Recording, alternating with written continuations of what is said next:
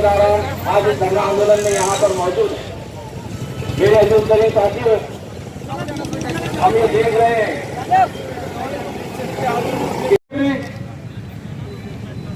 हमारे बीच मौलाना महफूज रहमान साहब, हमारे एमएलए उम्मीदवार नासिर सिद्दीकी साहब, हमारे जिला के अध्यक्ष अमित भिड़र साहब, हमारे शहर के अध्यक्ष आरिफ नकवी साहब, आरिफ हुसैनी साहब, फेरोज भाई, हमारे अरुण जी बोलडे, तमाम पार्टी के नेता कार्यकर्ता, हमारे अनिस भाई, पटेल भाई, बिस्मिल्लाहिर्रहमानिर्रहीम। आज इस एहतजाजी धरने के मौके पर औरंगाबाद शहर के जिले के हमारे लाड़ के खासदार इम्तियाज जलील साहब, जिनकी हिदायत पे ये धरना रखा गया है, महाराष्ट्र के कार्याध्यक्ष अब्दुल गफ्फार कादरी साहब, जिला सदर समीर साजिद बिल्डर साहब, और आज इस धरने के रूहे रवा शारिफ नकबंदी साहब, तमाम मजलिस इत्तेहादुल मुस्लिमीन के कॉर्पोरेटर्स, पदाधिकारी और मुहिब्बान मजलिस। दोस्तों, आज ये जो जलसा यहाँ पर धरना रखा गया है, तो मैं समझता हूँ कि यह धिक्कार जो सरकार चल रही है, तो ये इनके विरोध में है। और ये विरोध सिर्फ सरकार के खिलाफ नहीं है, जैसा आरिफ हुसैनी साहब ने भी कहा कि ये धिक्कार, ये लानत उन अपोजिशन पार्टीज के ऊपर भी है जो सत्ता में उनके साथ बैठती है, और उनके ऊपर भी है जो आजकल अंधभक्त के नाम से जाने जाते हैं। ये अंधभक्तों का ये बहुत बड़ा रोल है इसके अंदर कि इन्होंने सोचा नहीं, इन्होंने शायद पढ़ा नहीं, बड़ों की बातें सुनी नहीं कि अगर कोई बादशाह फकीर बन जाए तो वो चल जाता है, लेकिन कोई फकीर अगर बादशाह बन जाए तो वो मोदी बन जाता है। और वो ऐसे फैसले लेता है जिसकी वजह से हर आदमी सिवाय अंबानी और अदानी की छोड़ के परेशान रहता है। दोस्तों, बुजुर्गों और साथियों, आज ये डीजल और पेट्रोल सिर्फ दो चीजें हैं, लेकिन इसके दाम बढ़ने की वजह से हर घर में आग लग जाती है। ये सिर्फ और सिर्फ हुकूमत की नाकाम पॉलिसियों की वजह से है। जो आज सत्ता में बैठे हैं, इनके अंदर ये शऊर नहीं है, न इनके पास कोई ऐसे इकोनॉमिस्ट है जो इस चीजों को कंट्रोल में कर सकते हैं। इनके पास तो सिर्फ है तो एक रंगा और एक बिल्ला है, जो दो लोग इस हुकूमत को चला रहे हैं। और वो रंगा बिल्ला की नाकाम पॉलिसियों की वजह से आज पूरे हिंदुस्तान की आवाम परेशान है। इनको सोचना चाहिए, इनको थोड़ी शर्म आनी चाहिए कि हमसे छोटे छोटे मुल्क जो पड़ोस में बसते हैं, चाहे नेपाल हो, चाहे बांग्लादेश हो, चाहे पाकिस्तान हो, या कई ऐसे छोटे छोटे देश हैं जो अपनी इकोनॉमी को बराबर रखते हुए आज वहाँ के लोगों को इतने महंगे दामों पे न पेट्रोल देते हैं न डीजल देते हैं। क्या वजह है? वजह यही है कि इनके पास गलत पॉलिसियों को लेकर ये चल रहे हैं। ये रंगा बिल्ला की जोड़ी ये सिर्फ और सिर्फ पूरे हिंदुस्तान में दहशत निर्माण करती है, दहशत फैलाती है। और उनके जो भक्त होते हैं, अंधभक्त, उनको कहते हैं कि किसी भी हाल में, वो तो मैंने सुना हो कई अंधभक्तों को मीडिया के जरिए कि अगर पेट्रोल 200 रुपए भी लीटर हो जाए तो हम खरीदेंगे। अरे गधे, जब तुझे अंबानी की औलाद है, तेरे माँ से पूछ, तेरी बीवी से पूछ जो घर के अंदर गैस चलाती है। तू तो बाहर बड़ी बड़ी बातें करता है, लेकिन कमाने के अंदर जब जाता है तो ऐसी अंधभक्तों की जैसी बातें करता है। बेवकूफ। मैं समझता हूँ आज का ये जो धरना मजलिस इत्तेहादुल मुस्लिमीन ने न सिर्फ औरंगाबाद शहर में बल्कि औरंगाबाद जिले में जिला सदर के सदारत में चल रहा है, और इसी तरह पूरे ये हो सकता है दूसरे कई और लोग, क्योंकि आज कोरोना का दौर चल रहा है, हमने बहुत सारे लोगों को ये धरने में आने से रोका, वरना हमारे साथ आज और कई लोग आने के लिए तैयार थे। नहीं करते करते इतने सारे लोग आ गए। अगर हुकूमत ने गंभीरता से नहीं लिया इस बात को, तो आने वाले कुछ दिनों में हम इस धरने को, इस प्रदर्शन को, इस आंदोलन को और तेज करेंगे। और मैं समझता हूँ कि अभी सेशन पार्लियामेंट का भी शुरू होगा, हमारे खासदार इम्तियाज जलील साहब भी अवाम की जो जज्बात है, गरीब आवाम की बातों को वहाँ रखेंगे। और मैंने सुना हूँ अभी कि कुछ लोग औरंगाबाद के उनके बारे में भी कुछ अनाप शनाप कह रहे हैं, तो मैं उनसे इतना ही कहूंगा कि इंसानियत की सारी हदों को फलांकर ये राष्ट्रवादी के दहशत पसंद भेड़िए बस्ती में आ गए। शेरों ने जब से छोड़ दिया दहाड़ना, ये कुत्ते बस्ती में आ गए। बैरिस्टर असदुद्दीन अवैसी साहब के बारे में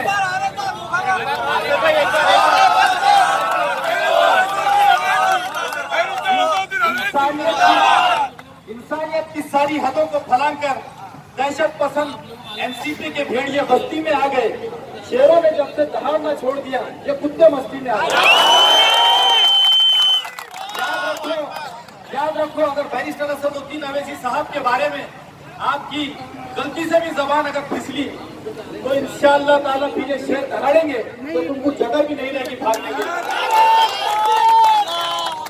मैं फिर से एक मर्तबा हुकूमत हिंद और हुकूमत महाराष्ट्र, जो कि अगर मैंने सुना है कि महाराष्ट्र हुकूमत अगर एक्साइज ड्यूटी कम करे, यहाँ के डीलर के कमीशन रेट अगर कम करे तो पेट्रोल भी सस्ता हो सकता है। तो ये बेवकूफ बनाना हुकूमत महाराष्ट्र भी छोड़ दे और हुकूमत हिंद भी छोड़ दे। ये सब जो है इनकी मिली भगत है। अगर ये एक्साइज ड्यूटी और कमीशन रेट कम करे तो पेट्रोल सस्ता हो सकता है। अगर नहीं करेंगे तो मजलिस इत्तेहाद उल मुस्लिमीन फिर दोबारा इंशाअल्लाह रोडे पे उतरेगी। आप इतना कहते हुए अपनी बात को खत्म करता हूँ क्योंकि मेमोरेंडम देने जाना है। शुक्रिया, खुदा हाफिज़। से उखाड़ के फेंकना पड़ेगा, उसको जड़ से उखाड़ के फेंकना पड़ेगा। अगर आपको 2014 के पहले का हिंदुस्तान चाहिए तो तमाम अपोजिशन को सड़क पर उतरना पड़ेगा, तमाम अपोजिशन को सड़क पर उतरना पड़ेगा। आप ईट से ईट बनाना पड़ेंगे हुकूमत की। और कौन सी चीज के अंदर भाव नहीं बढ़ रहा है? हम यहाँ पर डीजल पेट्रोल और खाद्य पदार्थ की बात कर रहे हैं। मेरे ऐसे साथियों दोस्तों, उसके डबल भाव है। किसी चीज का बड़ा है तो कुकिंग ऑयल का बड़ा है, कुकिंग ऑयल का बड़ा है। और डीजल और पेट्रोल का भाव बढ़ने का मतलब बदलाव जानते हैं, इसके अंदर किसानों को नुकसान होने वाला है, गरीबों को नुकसान होने वाला है, हर चीज के भाव बढ़ने वाले, हर चीज के दाम बढ़ने वाले, हर चीज की महंगाई बढ़ने वाली है। लेकिन मोदी हुकूमत, ये बहरी और कुंभ की हुकूमत, ये कुंभकर्ण के लिए छोड़ रही है, ये कुंभकर्ण के लिए छोड़ रहे हैं। तो मेरे अजीज साथियों दोस्तों, इसके अंदर आज भी पेट्रोल कम हो सकता है, पेट्रोल का दाम कम हो सकता है, एक्साइज ड्यूटी को कम करना पड़ेगा, वैट को कम करना पड़ेगा। ये एक बात याद रखिए कि किसानों का आंदोलन 6 महीने से लगभग चल रहा है। किसानों का आंदोलन लगभग 6 महीने से चल रहा है। ये नाकामा निकम्मी हुकूमत कोई ऐसे हमको खातिर में ले आ रही है। ये जमहूरियत का गला घोटने की कोशिश कर रहे हैं, लेकिन इनको जमहूरियत के कायदे के अंदर लाना पड़ेगा, जमहूरियत के कायदे के अंदर इनको लगे खड़े करना पड़ेगा। और हमको इनको ईट से ईट भरा के महंगाई को कम से कम दाम पे लाना पड़ेगा। और आज मोदी हुकूमत जो सत्ता में बैठी है, किसकी वजह से बैठी है? किसकी वजह से बैठी है सत्ता के अंदर? मोदी ने लालच नारे लगाया, लालच देने वाले नारे लगाया, झूठे वादे लोगों से किया, 15 लाख की झूठी बात किया और 2 लोग 15 लाख। तमाम पदाधिकारी, आप तमाम का बहुत बहुत शुक्रिया कि आप यहाँ पर मजलिस इत्तेहाद उल मुस्लिमीन के शॉर्ट नोटिस पर हमारे दरमियान मौजूद है। मजलिस इत्तेहाद उल मुस्लिमीन का शुरू से एक सेवा रहा, एक मकसद रहा, जो हमेशा गरीबों, पिछड़ों और आम नागरिकों के लिए आवाज उठाती रही। और यही मेरे ख्याल बैरिस्टर असदुद्दीन अवैसी साहब का मिशन है। वो चाहते हैं कि इस मुल्क में इंसाफ को आम किया जाए, वो चाहते हैं कि इस मुल्क में गरीबों की, पिछड़ों की आवाज उठाई जाए। और ये बात चूंकि दीगर सियासी पार्टियां सिर्फ सत्ता हासिल करने की हद तक करते हैं, जबकि मजलिस इत्तेहाद उल मुस्लिमीन का हमेशा ये स्टाइल रहा, चाहे वो सत्ता में रहे या सत्ता से बाहर रहे, वो हमेशा समाज के पिछड़े और दबे कुचले तबके के ताल्लुक से बातचीत करती रही है, उनके मसाइल उठाती रही है। मेरे नौजवान दोस्तों, क्योंकि आज यहाँ पर हम गैस, डीजल, पेट्रोल की महंगाई के खिलाफ विरोध प्रदर्शन करने आए हैं। कल इस सालवे ने जो कुछ भी कहा है, उसकी औकात नहीं जो मेरे कायद के ताल्लुक से कोई बात करे, उसकी औकात नहीं कि हम उसको अपने कायद से कंपेयर करें। तो बहरहाल ऐसे बहुत कीड़े मकोड़े आते जाते रहेंगे, उनको नजरअंदाज कीजिए, उनको हीरो मत बनाइए। उनकी औकात नहीं है कि वो मेरे कायद का चेहरा भी देख सकते। ऐसे कई आएंगे और कई जाएंगे। मेरी आप तमाम लोगों से दरखास्त है, तमाम मुल्तानी मस्जिद से दरखास्त है कि इन लोगों को हीरो हम ही बनाते हैं, इनकी औकात नहीं होती है। ये संघी लोग, ये संघ के ताल्लुक से, ये बाबरी मस्जिद के ताल्लुक से चंदा जमा करने वाले, औरंगाबाद में कार सेवकों को मुद्दात करने वाले आज हमको और हमारी लीडरशिप के ताल्लुक से कह रहे हैं इनको अपनी चोली में झांकने की जरूरत है, इनको अपने अंदर झांकने की जरूरत है। तो बहरहाल आज के बाद ऐसे कई कीड़े मकोड़े आते जाएंगे, इनका किसी किस्म का कोई जिक्र अस्कार करने की जरूरत नहीं है। बहरहाल आज हम जिस मुद्दे को लेकर यहाँ पर आए हैं वो महंगाई को लेकर आए हैं। रजिस्ट्रार असदुद्दीन ओवैसी साहब, एमपी इंचार्ज अली साहब और डॉक्टर साहब की हिदायत रही कि धरने को ज्यादा से ज्यादा मजबूत बनाएं। और आप तमाम लोगों का बहुत बहुत शुक्रिया कि आप बहुत शॉर्ट नोटिस के अंदर यहाँ पर आए हैं। मेरे नौजवान दोस्तों, अभी बहुत काम करना बाकी है। जद्दोजहद का दूसरा नाम मजलिस इत्तेहादुल मुस्लिमीन है। मजलिस इत्तेहादुल मुस्लिमीन की पहचान ही जद्दोजहद है। और जब तक इस देश में इंसाफ कायम नहीं होगा तब तक हम रजिस्ट्रार असदुद्दीन ओवैसी साहब की क़यादत में, शहर महाराष्ट्र की क़यादत में ये आवाज उठाते रहेंगे, हम भी उठाएंगे और हमारी आने वाली नस्लों को भी जद्दोजहद करने की आदत डालेंगे। इसलिए कि हम ये समझ चुके हैं कि इस मुल्क में इंसाफ मांगने से नहीं बल्कि छीनने से मिलता है, और हम छीनने की ताकत अपने अंदर भी रखते हैं और अपनी आने वाली नस्लों में भी रखेंगे। चाहे बात महंगाई की हो, चाहे बात रिजर्वेशन की हो, चाहे बात हमारे मजहब की हो, चाहे कोई बात हो, हम इस मुल्क में अपना हक और अपना इंसाफ छीन कर हासिल करने का हुनर जानते हैं। जो हुनर, जो सलाहियत, जो जो जो जो सबक हमारे कायद ने हमको सिखाया है, रजिस्ट्रार असदुद्दीन ओवैसी साहब ने सुनाया है। बहरहाल बहुत ज्यादा तकारीर करने का वक्त नहीं है। अभी एक हमारा शेर कोर्ट में लड़ रहा है, इसी औरंगाबाद की जनता के लिए लड़ रहा है। इस वक्त अल्लाह का शुक्र है कि पूरे महाराष्ट्र में कोई ऐसा एमपी नहीं है कि जिसकी हियरिंग के लिए चीफ जस्टिस ऑफ हाईकोर्ट खुद आज बैठे हुए हैं, वो सुन रहे हैं। औरंगाबाद की जनता की आवाज सुन रहे हैं। उन संघियों को समझना चाहिए, उन राष्ट्रवादी के लोगों को समझना चाहिए, वो शिवसेना के लोगों को समझना चाहिए और वो कांग्रेस के लोगों को समझना चाहिए कि एमपी इम्तियाज जलील साहब आज कोर्ट में खड़े रहकर 200 बेड के अस्पताल के लिए लड़ रहा है, तो वो सिर्फ एमआईएम के वोटर्स के लिए नहीं, वो सिर्फ मुसलमानों के वोटर्स के लिए नहीं लड़ रहा है। मेरे नौजवान दोस्तों, इन संघियों को समझना चाहिए कि वो इंसानियत के लिए लड़ रहा है। वहाँ जब लोग बीमार हो गए तो ना हिंदू रहेगा ना मुसलमान रहेगा, बल्कि वो जाएगा और अपना इलाज करेगा। और हम औरंगाबाद में इसी सियासत को इंशाल्लाह परवान चढ़ाएंगे। हम इसी मोहब्बत को और इंसाफ के एक माहौल को आम करेंगे जो हमारे कायदीन ने हमको सिखाया है। बहरहाल महंगाई के खिलाफ मरकजी सरकार जितनी जिम्मेदार है, आज हम सब लोग मोदी को कोसते हैं, लेकिन मोदी के साथ साथ याद रखिए महाराष्ट्र हुकूमत भी कोई कम कसूरवार नहीं है। जितनी टैक्स पेट्रोल के ऊपर मरकजी हुकूमत ने लगाई है, करीब करीब उतना ही टैक्स स्टेट गवर्नमेंट ने लगाया है। अगर ये वाकई अपनी महाराष्ट्र की जनता से इतनी मोहब्बत करते हैं तो ये इनकी जिम्मेदारी है कि महाराष्ट्र में लगाया गया टैक्स माफ करे। अगर महाराष्ट्र में लगाया गया टैक्स माफ होगा तो पूरे महाराष्ट्र में 75 से 80 रुपए पर लीटर पेट्रोल मिल सकता है। तो बहरहाल वोटों की खातिर इस मुल्क में, इस राज्य में और इस शहर में नफरत की राजनीति करने का, लोगों पर जुल्म करने का, महंगाई बढ़ाने की इजाजत मजलिस इत्तेहादुल मुस्लिमीन और उसके कार्यकर्ता कभी नहीं देंगे। जब भी मौका मिलेगा, वक्त मिलेगा, जब भी जुल्म के खिलाफ आवाज उठाने की बात रहेगी, हम सड़कों पर रहेंगे। न सिर्फ हम रहेंगे बल्कि आप बेफिक्र हो जाइए समझियो कि आने वाले दिनों में इस देश में इंसाफ को आम करने के लिए, महंगाई को कम करने के लिए सिर्फ हमारे कंधे नहीं बल्कि हमारी नस्लें भी इंशाअल्लाह अज़ीज़ तुम्हारे जुल्म के खिलाफ आवाजें उठाते रहेगी, फिर चाहे जुल्म किसी भी तरह का हो। बहरहाल बहुत ज्यादा यहाँ पर तकलीफ करने का वक्त नहीं है। मैं मुबीन साहब को दावत कहता हूँ कि अगले मुकर्रर को यहाँ पर दावत है, और जब हम मेमोरेंडम देने जाएंगे तो बराए मेहरबानी सिर्फ पदाधिकारी साथ में चले, नादिर सिद्दीकी साहब क्योंकि हमारे सीनियर मोस्ट यहाँ पर नेता है। हिंदुस्तान हिंदुस्तान, जय भीम जय भीम। ऑल इंडिया मजलिस इत्तेहादुल मुस्लिमीन, नारे तकबीर। ये जो हुकूमत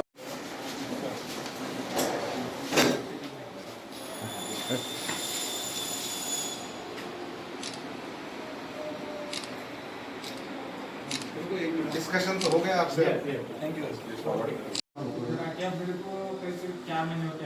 before that we had be here, मौसा ठाकुर मैडम थे, और समझ गया कि new income but has come here.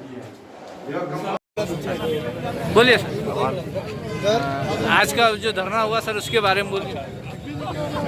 देखिए, पेट्रोल और डीजल की जो बढ़ती हुई कीमतें हैं उसका विरोध जताने के लिए आज मजलिस इत्तेहादुल मुस्लिमीन की तरफ से ये धरना प्रदर्शन किया गया था और सरकार को ये बताने की कोशिश की जा रही है कि पिछले 1.5 साल से लोग जिस तरह के परेशानी के हालात से अपनी ज़िंदगी गुजार रहे थे, अब कुछ राहत मिली जब ये लॉकडाउन ख़त्म हुआ तो लोग रोज़ी रोटी कमाने के लिए बाहर आ रहे हैं, लोग अपने कारोबार के लिए बाहर आ रहे हैं।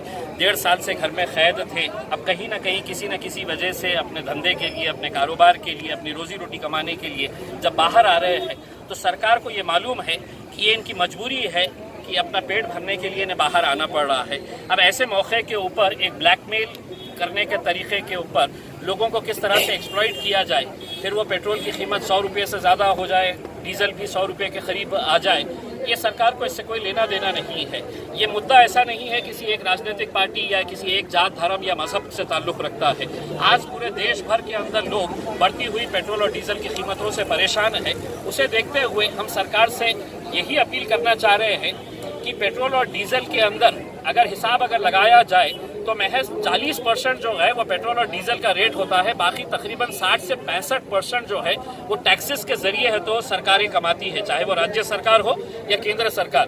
तो हम राज्य सरकार से भी ये अनुरोध करेंगे कि आपका टैक्स का जितना भी कंपोनेंट आता है जिसकी वजह से लोगों के ऊपर इतना भारी नुकसान सहना पड़ रहा है, और केंद्र सरकार का भी जो टैक्स का एक जो स्ट्रक्चर है, यानी कि 100 रुपये के अंदर सिर्फ महज 40 रुपये जो है वो पेट्रोल और डीजल के रेट होता है, बाकी 60% से 65% रेट जो है वो टैक्सेस के रूप के अंदर कलेक्ट किया जाता है। तो ऐसे मुश्किल घड़ी के अंदर हम मोदी साहब से अनुरोध करेंगे कि थोड़ा सा टैक्सेस का स्ट्रक्चर कम करें ताकि लोगों को राहत दी जा सके, और वही राहत राज्य सरकार भी करे।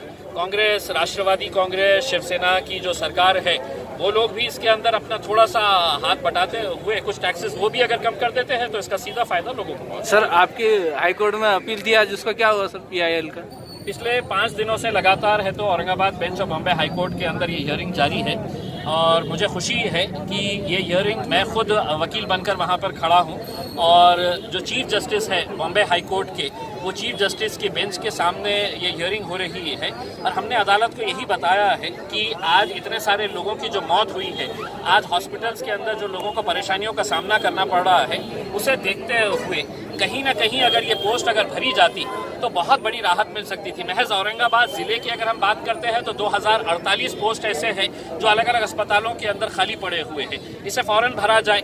लेकिन अदालत ने जब हियरिंग के दौरान इसकी गंभीरता को समझा और बहुत संजीदगी से इस मुद्दे को लिया तो उन्होंने ये कहा कि इम्तियाज़ जलील की ये जो PIL है इसको हम सिर्फ औरंगाबाद के हद तक महदूद ना रखते हुए हम इसे पूरे महाराष्ट्र के तौर के ऊपर ले रहे हैं, और सरकार से उन्होंने पूरे आंकड़े मांगे हैं कि कितने पोस्ट पूरे महाराष्ट्र में खाली है और कब भरने वाले हैं। ये आंकड़ा आज के दिन सरकार ने अपने तौर के ऊपर दिया, लेकिन अदालत ने नाराजगी जताते हुए ये बताया कि आपने हमको ये तो बता दिया है कि कितनी पोस्ट खाली है, कब ये पोस्ट भरेंगे इसका पूरा डिटेल चार्ट 29 जून के दिन आप अदालत के अंदर हाजिर करें। मैंने एक और मुद्दा अदालत के सामने रखा है कि कुछ डॉक्टर्स यहाँ के ऐसे हैं जो महज पेपर के ऊपर काम कर रहे हैं। एक उदाहरण मैंने अदालत के सामने बताया है कि एक कार्डियोवैस्कुलर सर्जन 2018 के अंदर मुंबई से औरंगाबाद के घाटी हॉस्पिटल के अंदर ट्रांसफ़र किए गए थे। ये डॉक्टर 2018 से हमारे पास ऑन पेपर है। कार्डियोवैस्कुलर सर्जन कार्डियो डिपार्टमेंट के ऊपर महज इक्विपमेंट्स के लिए 10 करोड़ रुपए हमने खर्चा किए हैं, 6 हमारे ऑपरेशन थिएटर्स तैयार किए हैं, कैथ लैब तैयार किए हैं, लेकिन वहाँ पर एक भी ऑपरेशन नहीं किया गया है। हमने जो जानकारी निकाले हैं ये डॉक्टर महज पेपर के ऊपर है। ये औरंगाबाद में एक भी दिन ना तो काम किए हैं, लेकिन पगार औरंगाबाद के घाटी हॉस्पिटल से उठा रहे हैं, और पगार कितनी है तो 2,53,000 रुपये महीना ये उठाया जा रहा है। तो हमने अदालत को ये पूरे डॉक्यूमेंट्स के साथ दिए हैं। अदालत ने इसको गंभीरता से लेते हुए आज ही आदेश पारित किया है, जबकि अदालत ने हमसे खुद पूछा है कि आपने जो मुद्दा उठाए थे उसके बारे में कोई जवाब आया है क्या। जब जवाब नहीं आया, उनको पता चला, तो उन्होंने महाराष्ट्र सरकार के मेडिकल एजुकेशन सेक्रेटरी को आदेश किया है कि अगले हियरिंग तक इसकी पूरी डिटेल्स दे, जो आरोप लगाए गए हैं कि ये डॉक्टर यहाँ पर काम करता है या नहीं करता है, अगर करता है तो कहाँ कहाँ पर काम किए हैं, और अगर नहीं करते हैं तो इनकी सैलरी औरंगाबाद के घाटी से क्यों ली जा रही है और कौन दे रहा है इन्हें ये सैलरी, इसकी पूरी जानकारी एफिडेविट के रूप में सबमिट करने के लिए कहा गया है।